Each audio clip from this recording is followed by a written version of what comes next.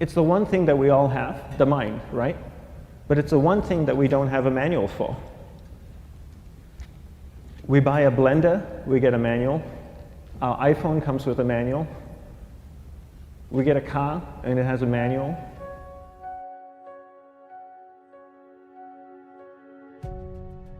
Nobody teaches you how to use the mind. There's no manual for the mind. So this, I think, is one of the most essential things in making progress in our life, is really understanding how our mind works. It's the one thing that we have to live with 24 hours a day, 7 days a week.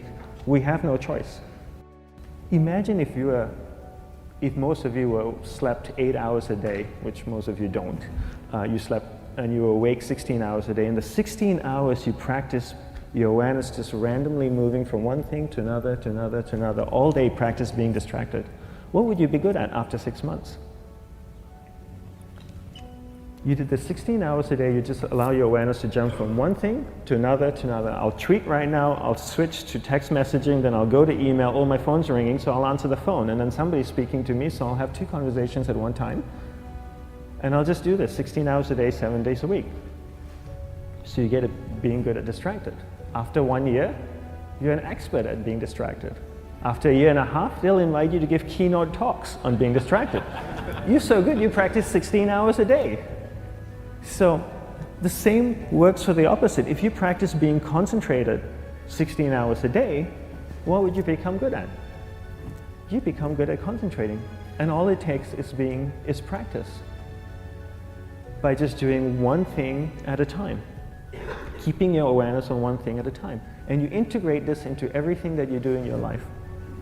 So the best way to do it is pick a few opportunities in your everyday life. For example, we all speak with people.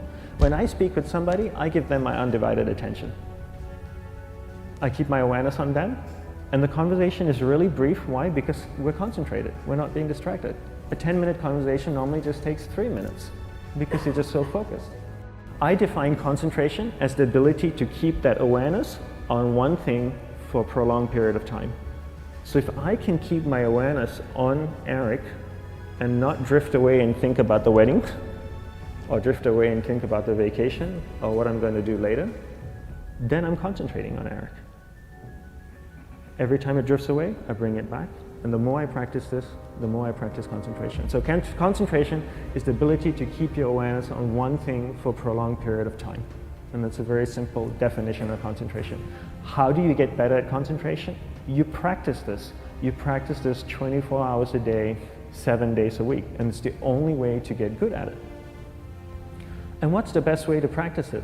The best way to practice it is to integrate it into everything that you do in your life. Not to meditate 10 minutes in the morning. It doesn't work. You really need to look at your life the same way a sprinter in the Olympics looks at his life. You've all heard of Usain Bolt, the man that won the gold medal twice, 2 Olympics in a row, broke the world record. I don't know anything about him, to be honest. But if I was looked at him, he obviously sprints, he practices running, probably does a lot of long distance, he probably does a lot of stretching as well, I'm sure he gets massages. He looks like he eats the right kind of food. Drinks the right amount of water, takes vitamins. His whole day is so disciplined. For what? To prepare him for 9.57 seconds. I think that's what the world record is, right? For 100 meters, 9.5 or 9.57 seconds. His whole day is preparing him for that short time, not the other way around. A lot of people say, you know what, I need to be more concentrated. So you know what, I'm going to meditate in the morning, I'll sit down for 2 minutes. Okay, now I'm Zen master. And the remaining 23 hours and 58 minutes, they just go about being ordinary and crazy. How does that work? How would you change? It's not balanced at all. So if for 23 hours and 58 minutes you were not being concentrated, you allowed your awareness to jump from one thing in your mind to another thing, to another thing, to another thing, to another thing, in an uncontrolled way, what would you be good at? And out of a prolonged concentration comes the wonderful power of observation. You just become more observant, and when you become more observant, you see solutions quicker and you solve things quicker. And it's a wonderful, powerful feeling when somebody is concentrated on you and not being distracted. So the best way is to integrate it into your everyday life. You're speaking with your spouse, give her or give him your undivided attention. So develop your awareness, integrate it into everything that you do in your life. And that's the best way you become good at. The next thing we need to develop is develop your will. Will is really important. Will is almost like a muscle in your mind, and you use that to pull and control your awareness and take it from one area of the mind to another. And the will needs to be developed, and same like concentration, if you don't cultivate the will, it doesn't grow. And this is something that really needs to be cultivated. How do you develop the will? There are 3 very simple ways to develop the will. 1 is you finish what you begin. 2 is you finish it well beyond your expectation, no matter how long it takes. 3 is you do a little bit more than you think you can do. All of those things require effort, and effort is will. It's so much easier to start a project than to finish a project, right? When you start a project, you're feeling creative, you're feeling inspired, you're full of energy.